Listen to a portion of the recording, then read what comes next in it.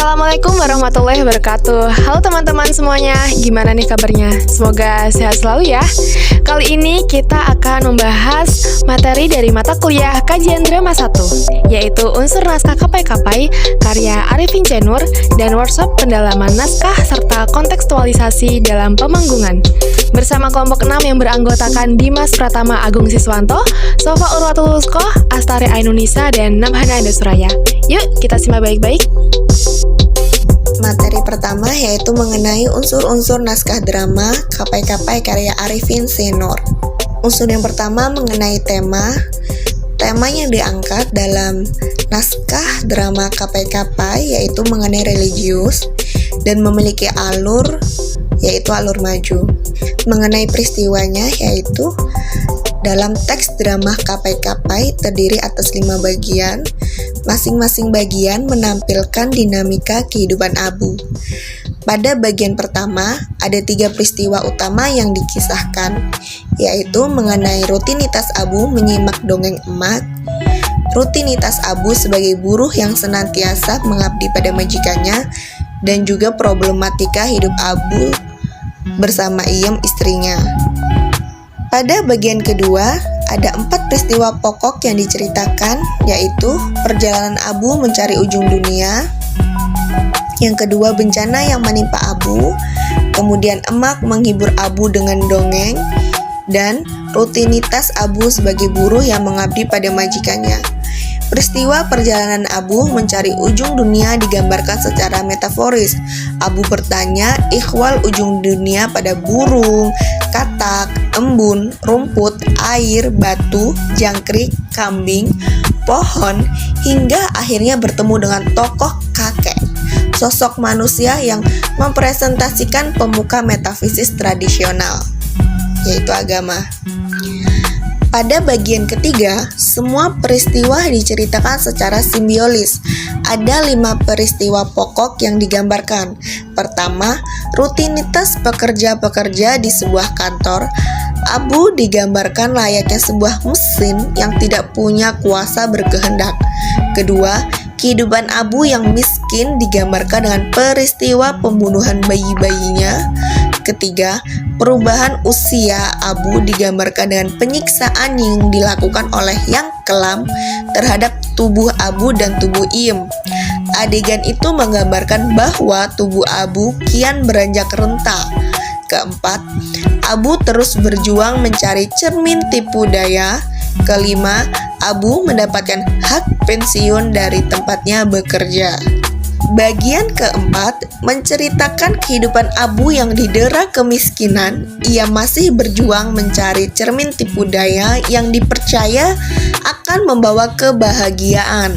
Bagian kelima, Abu pada akhirnya menemukan cermin tipu daya yang selama ini dicari dan diidamkannya sebagai sumber kebahagiaan.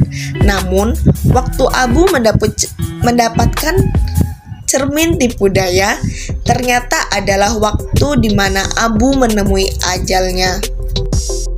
Tokoh yang pertama Abu, kedua Iem, ketiga emak, keempat kakek, kelima Kelam, dan keenam bulan. Amanat. Jadilah manusia yang jika tidak termasuk golongan yang mampu atau kaya akan materi, namun harus kaya akan ilmu maupun spiritual. Agama merupakan satu-satunya petunjuk kehidupan dan pedoman manusia dalam berperilaku hingga dapat tercapainya tujuan penciptaan manusia, yakni beribadah dan kembali kepada Sang Pencipta. Materi selanjutnya yaitu kaitan sosial kultural dan pemikiran penulis. Naskah drama kapai-kapai karya Arifin C. Nur pertama kali hadir pada tahun 1970. Naskah ini menghadirkan fenomena baru dalam lingkup kemiskinan. Realitas kemiskinan yang ditampilkan tidak sekedar kemiskinan yang bersifat material, melainkan juga kemiskinan moralitas dan spiritual. Misalnya, adegan pembunuhan bayi yang dilakukan Abu dan Iem mestinya diposisikan menjadi peristiwa penting. Peristiwa tragis ini menampilkan sesuatu yang ironis, memperpanjang nafas kehidupan dengan cara merampas kehidupan. Kemiskinan material mampu mengikis nilai-nilai moralitas. Ketidakmampuan Abu mencukupi keluarganya menyebabkan ia harus membunuh bayinya. Seperti kita ketahui, dalam masyarakat maju, kekayaan materi menentukan hierarki kekuasaan. Prinsip hierarki dan diferensiasi masyarakat diukur oleh akumulasi materi yang dimiliki. Ketika manusia tidak memiliki materi, maka tempatnya berada di posisi yang paling bawah. Lazimnya pada posisi itulah manusia rentan menjadi objek dominasi kekuasaan. Selain kritik agama, adegan itu menegaskan kompleksitas kemiskinan tokoh Abu. Tidak hanya miskin material dan moral, Abu juga miskin spiritual. Abu tidak memahami Tuhan, surga, dan neraka. Adegan tersebut juga hendak mengkritisi realitas perilaku masyarakat, khususnya berkaitan dengan aspek ketuhanan dan keberagamaan. Keberagamaan masih sekedar di tataran formalitas, tidak dihayati sebagai cara untuk berserah diri total kepada Tuhan, melainkan sering dihayati pada konteks tertentu, misalnya dilakukan dengan maksud meraih kedudukan, kekayaan, dan hal-hal yang bersifat duniawi. Workshop pendalaman naskah. Bagian pengadeganan. Tata artistik merupakan penampakan visual yang dibuat oleh seorang penata artistik dalam teater yang bertujuan untuk membantu mengkomunikasikan pertunjukan teater kepada penonton. Tata artistik merupakan unsur pokok yang tidak dapat dipisahkan dari teater. Pertunjukan teater menjadi tidak utuh tanpa adanya tata artistik yang mendukung. Tata artistik yang pertama mengenai tata panggung. Adapun panggung yang digunakan dalam pementasan naskah drama Kapai-Kapai karya Arifin Senur adalah panggung proscenium art. Dalam proscenium teater, penonton langsung bertatap wajah dengan jarak beberapa meter di atas permukaan penonton barisan depan. Tata artistik selanjutnya yaitu tata cahaya. Tata cahaya pada pementasan ini berfungsi untuk mendukung suasana, penunjuk ruang dan waktu, dan spasi adegan. Dalam pementasan Kapai-Kapai karya Arifin Senur menggunakan tata cahaya yang lebih menyorot terhadap sang tokoh utama Abu dan majikannya. Dalam penyelesaian cahayanya yang agak tidak terlalu terang dan terkesan memiliki cahaya gelap pun masih terlihat. Lalu di belakang tokoh utama ada sebuah siluet antara tokoh laki-laki, perempuan, dan majikan. Tata suara. Menurut Haryawan, efek bunyi dan musik yang membawakan suasana lakon telah lahir bersama dengan kelahiran teater itu sendiri. Musik yang digunakan dalam pementasan naskah drama Kapai-Kapai karya Arifin Senur yaitu menggambarkan musik yang suram dan lirik serta ketukan yang menggema selama pertunjukan. D. Tema dan amanat yang aktual. Jika dilihat dari sisi sosial ekonomi, bahwa dalam drama ini terlihat begitu aktual mengangkat sebuah persoalan kemiskinan.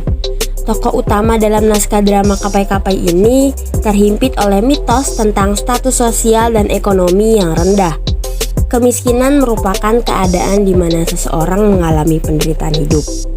Hal ini sesuai dengan pandangan hidup masyarakat dalam pemikiran-pemikiran yang sama pada drama Kapai-Kapai tersebut. Dalam melepaskan diri dari keadaan yang menambah keterpurukan dalam kehidupan, banyak sekali pilihan yang akan diambil oleh seseorang. Namun karena kebodohan dan keringnya sandaran hidup dari tokoh utama, maka bertambahlah beban, yaitu dalam kesesatan hidup. Materi kedua yaitu penokohan. Dalam penokohan terdapat penciptaan profil tokoh, yang mana poin ini terdiri atas tata rias, tata busana, dan properti karakter. Tata rias berfungsi sebagai alat penunjang dalam proses pendalaman peran para pemain. Dalam drama Kapai-Kapai, tata rias yang dilakukan cukup sederhana. Balutan make up di setiap pemainnya tidak terlalu jelas menggambarkan ciri khas setiap pemain. Yang kedua ada tata busana. Dalam pementasan kostum, sebagai sarana pendukung mempunyai peran penting dan fungsi tertentu, yaitu seperti mendukung pengembangan watak pemain. Tata busana yang dipilih pada drama Kapai-Kapai cukup sesuai ciri khas pemain. Yang ketiga ada properti karakter. Dalam drama juga dibutuhkan properti untuk mendukung peran tokoh yang akan diperankan. Properti dalam drama Kapai-Kapai lumayan sedikit, namun cukup menggambarkan latar peristiwanya. Pendalaman karakter tokoh. Yang pertama, cara masuk dan keluar. Pada bagian awal, lakon menampilkan cara masuk yang diiringi musik dengan alunan yang tenang, bukan bernada tinggi, dengan suasana yang sedikit mencekam, akan tetapi dengan menunjukkan bagian kakek dan kor beserta keranda menjadi awal sebuah pengisahan. Kedua, warna suara. Untuk pementasan drama, aspek yang mendominasi adalah aspek suara. Dengan adanya suara, alur cerita dapat sampai kepada penonton. Dengan melalui suara pula, sebuah emosi dan suara hati disampaikan seperti halnya ketika ia merasa putus asa karena lapar dan juga kebingungan seorang abu mencari cermin tipu daya. Ketiga, postur dan gestur. Postur dan gestur pemain dalam drama Kapai-Kapai cukup baik dan sesuai dengan peran yang diambil. Keempat, mimik. Mimik yang terdapat di setiap pemain drama Kapai-Kapai cukup baik dan sesuai dengan peran yang dianut. Kelima, model-model blocking. Posisi yang diberikan pemain terhadap penonton juga perlu diperhatikan. Seperti ketika Abu berhadapan langsung kepada penonton, maka yang perlu diperhatikan sekali ialah mimik ekspresi wajah. Atau semisal ketika menghadap kanan, maka yang memerlukan gerakan lebih adalah sebelah kiri. Hal ini membantu pementasan agar lebih dramatis. Oke teman-teman, terima kasih telah menonton dan menyimak video pembelajaran dari kelompok kami. Bila ada penjelasan yang belum jelas terkait materi yang telah kami sampaikan, bisa kita diskusikan bersama pada pertemuan mata kuliah kajian drama ya. Terima kasih. Wassalamualaikum warahmatullahi wabarakatuh.